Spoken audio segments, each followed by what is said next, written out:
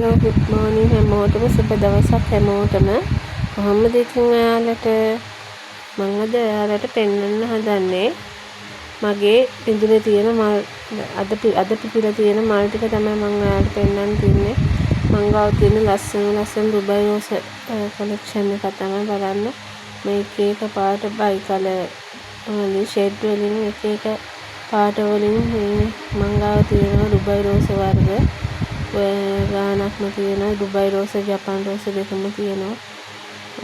ඔයාලා බලන්න ඕගොල්ලෝ අඳුරන මල් තියෙනවද කියලා. මේ මම පුළුවන් හැම තැනකම බිම පාත්ති හදලා තමයි මේ මල් හිටවලා තියෙන්නේ.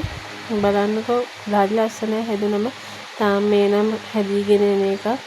මේ තියෙන්නේ එහෙම මම ඉඩ තියෙන තැනක බිමින් හිටවපු පාත්ති එක තමයි මේ පේන්නේ. ඩුබයි රෝස එක ෂෙඩ්ස් වලින් තමයි තියෙන්නේ. බයි කලර් ඒ වගේ. මේකට නම් කියන්නේ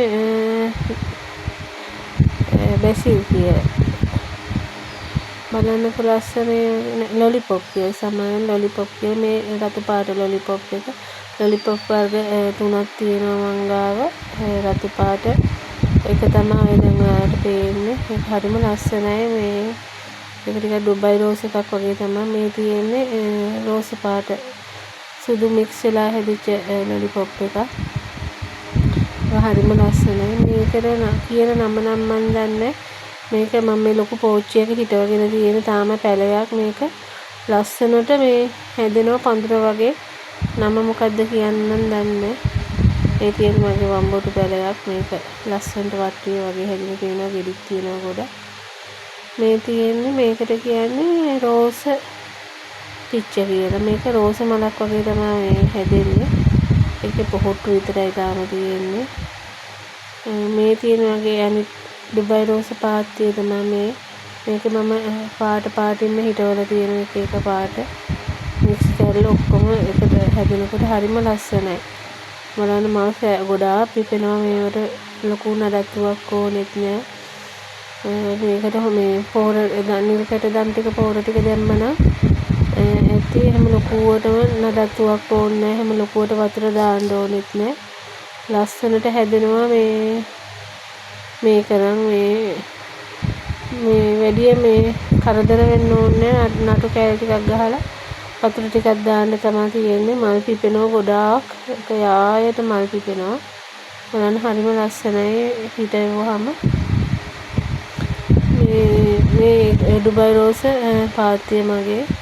ඒක පාට වර්ග ගොඩාක් තියෙනවා. ඒකේ බයි කලර් ඒවා ගොඩක් පාට තියෙනවා. මේ අපේ අඹ ගහේ මල් හැදිලා. මේ පාට තමයි මල් හැදුනේ. මේ තියෙන්නේ එක පාට වලින් ඒ තවත් දාපු පාත්තියක්. බිම තමයි මම ගොඩක්ම හිටවලා තියෙන්නේ. බිම හොඳට හැදෙනවා. මම ඔයාලට මේවා හිටවනකොට මම දාන පොර එහෙම දාන්න වගා මාධ්‍ය වගේ හදලා ලොකුවට සාර පසකත් නෙමෙයි මං හිටවලා තියෙන්නේ. මේ බලන ලස්සන පාට වර්ග තියෙනවා. පාට වර්ග 40ක් විතර තියෙනවා. ඔක්කොම එකතු කරනකොට මං ගාව එකතු කරලා හරි ලස්සනයි. බලන්න කහ පාට වුණොත් කහ පාට වලත් විවිධ වර්ග තියෙනවා. රෝස පාට එකෙත් විවිධ වර්ග තියෙනවා. මේ බයි වෙච්ච හරිම ලස්සනයි. මේ ඒක අනිත් ඩුබයි රෝස පාත්තිය. මේවට ඔයගොල්ලෝ නම් කොහොම කියනවද මන් දන්නේ. අපේ පැත්තෙන් කියන්නේ ඩුබයි රෝස් කියලා. ඔයගොල්ලන්ට නම් කියන නමත් කියාගෙන යන්නකෝ බලන්න. මේවා හදන්න අමාරු නෑ. මේවා හැදෙනවා හොඳට පඳුර දාලා හැදෙනවා. නටු කෑල්ලක් විතරයි ගහන්න ඕනේ. හොඳට හැදෙනවා මේවා. බලන්න සාරේට හැදිලා තියෙනවා පාත්ති. තාම මල් හරියටම මල් පිපෙන්න ගත්තේ නෑ. මේ මල් පිපුණම ලස්සනයි. මේ තියෙන බෝගන් විලා තාම මල් නෑ. ඒ වගේ පහුගිය දවස්වල හැදිලා තියෙන දැන් නන්නේ. මේක මේ බේබි රෝස් එකක් අහපාට. ඒකෙත් මල් ගොඩාක් හැදෙනවා. මේ තාම මේ තියෙන මැන්ඩවිලා මං ආච් එකක් වගේ හදලා යවලා. මේක සුදු පාට මැන්ඩවිලා එකයි ක්‍රීම් පාට වගේ මැන්ඩවිලා හැලේකුයි රෝස පාට මැන්ඩවිලා පැලේකුයි හැදෙලා තාම සුදු පාට එකේ විතරයි මල් පිපිලා තියෙන්නේ. අනිත් දෙකේම තාම මල් පිපුන්නේ. හරි ලස්සනට හැදිලා තියෙනවා ඒකත්. ආච්චි එකක් වගේ මම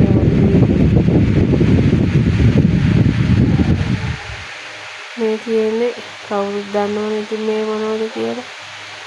මේ පොපි මල් පැලයක්. මේ විදිහේ හැමදේම තියෙනවා. ඒකත් ඉතින් අමාරු පැලයක් නෙමෙයි නිකම්ම හැදෙන පැලයක්. මේ මං ඉතින් පෝච්චි වල දාලා තියෙන ඩුබයි රෝස් තමයි මං ගොඩක්ම හිතවල තියෙන ඩුබයි රෝස් තමයි.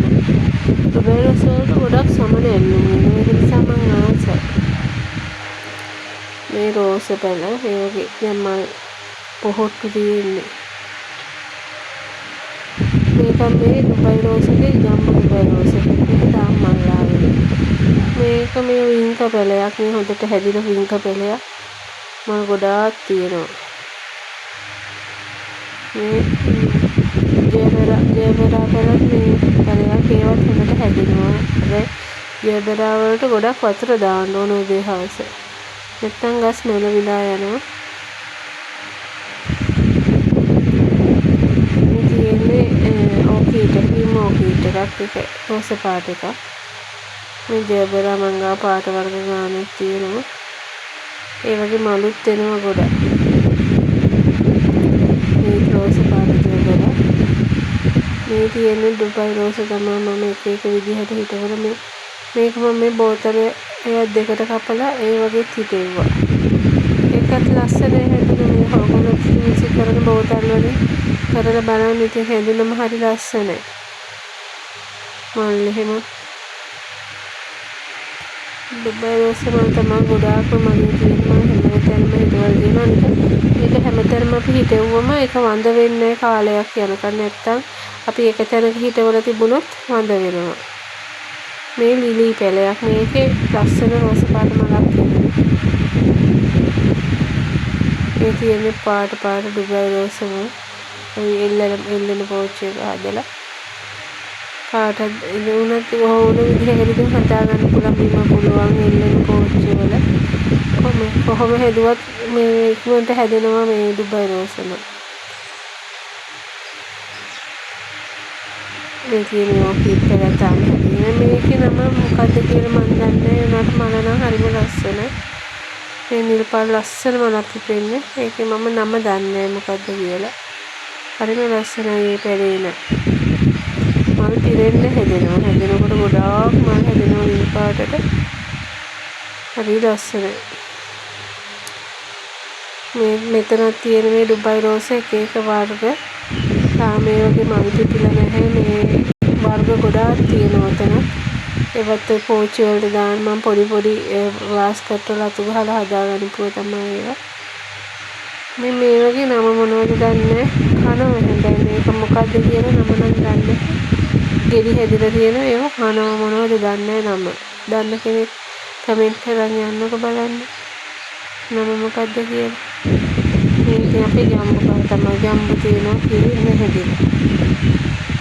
මේ ජම්බු කාලේනේ ගොඩාක් තියෙන බිමේ ධම්ම තියෙනවා ජම්බු කඩන්න.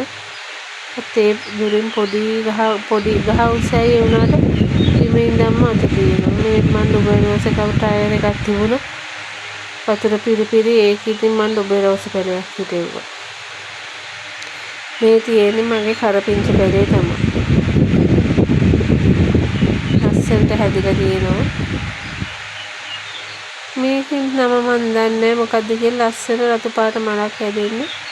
පොකුරු හරි ලස්සනයි. නම මොකද්ද කියන්නේ දන්නේ. මේකත් අර නිල් පාට මල් පැලේම තමයි. මේ ඒකෙත් නම මන් දන්නේ නැහැ. දන්න කෙනෙක් නම කියාගෙන යන්න මොකද්ද කියලා. මේ මගේ ඉද්ද පැලේ. මේක පෝච්චි එක මං හිතවල තියෙන ඉද්ද පැලේ.